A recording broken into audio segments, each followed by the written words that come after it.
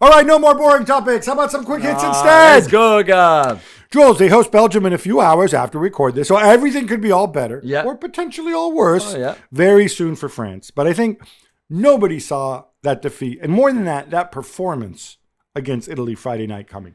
Yeah, one of the worst I've seen in a very long time. At least at the Euros, they were good defensively. Not so good with the ball, but defensively, they were very, very solid. And there was none of that on Friday. Credit to Italy after what was a dreadful start and conceding a goal after 12 seconds. And France maybe thinking the game was going to be easy because you 1-0 up after 12 seconds. But France were battered. But so bad. Really, I've rarely seen it. Deschamps had no answers to Spalletti's back three. The players themselves didn't put a shift in. The attitude was wrong. No effort. Nothing with the ball. The key players, if you want Mbappe, Griezmann, N'Golo Kante, were just like pathetic, really, in terms of performance. Saliba really struggled too. The whole defense. I don't think he's used to playing. It's collective, but obviously he's the guy holding the can because he's the guy in the middle with the ball going all around him and like, what's going on.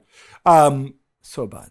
Keep reporting that Magic Mike did not take it well. No, he did it at the Euros as well. There's a lack of leadership in this team, which we knew when you lose Lloris and Varane and Pogba and Giroud, you lose a lot of your leadership, you lose a lot of caps, a lot of experience, a lot of leadership too. And right now, I think this squad and this dressing room and Deschamps are looking for the new leaders or the next leaders. So it's Magic Mike.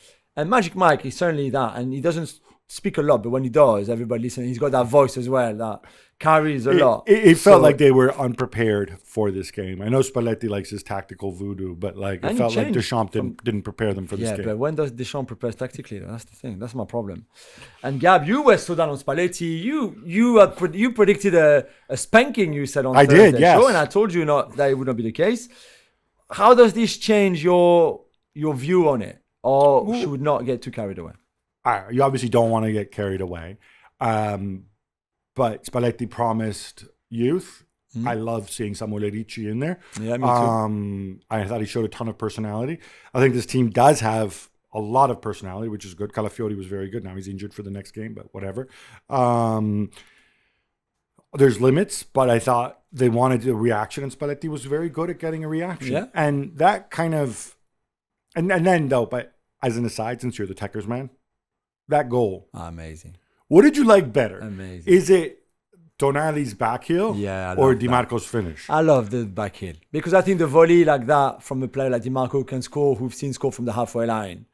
This is not a difficult volley for him to do. The ball is not spinning. It's not a long cross. He's in his stride.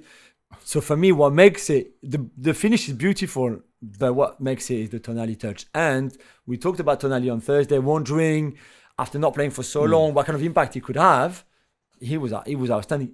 It was made easier because the fact that the French midfield was dreadful. But I thought Tonali looked so good. Yeah, for me, Tonali and Calafiori, Tonali, Ricci and Calafiori, Arsenal fans, stepping into midfield and becoming essentially the playmaker. Very effective that way. Yeah. Speaking of being mean to managers, Ronald Koeman starts Matthijs de Ligt and Joshua Zirkzee, two guys he seemed to forget about at the Euros. And Holland destroy Bosnia 5-2. Jules, were you overly mean to the Dutch guy? No, I wasn't. I mean, Bosnia, terrible team. Oh, come they are so bad. And this was, there was a bit of movement. The ball moved well. I liked what I saw, and I liked the fact that Zirkzee scored because there's obviously a lot of questions around him here in England because people have never watched him play. They never watched him for Bologna. And he's different. Before, that's the other thing. He's different to what they know. So good for his confidence. Good for De Ligt, who had a little slight tackle at the Bundesliga after saying like nobody watches it in the world and it's better to come to England. So I like that. I like the night for the Dutch guy. It was positive. Germany beat up Hungary 5-0 as Jamal Musiala and Florian Wirtz run rampant in the second half.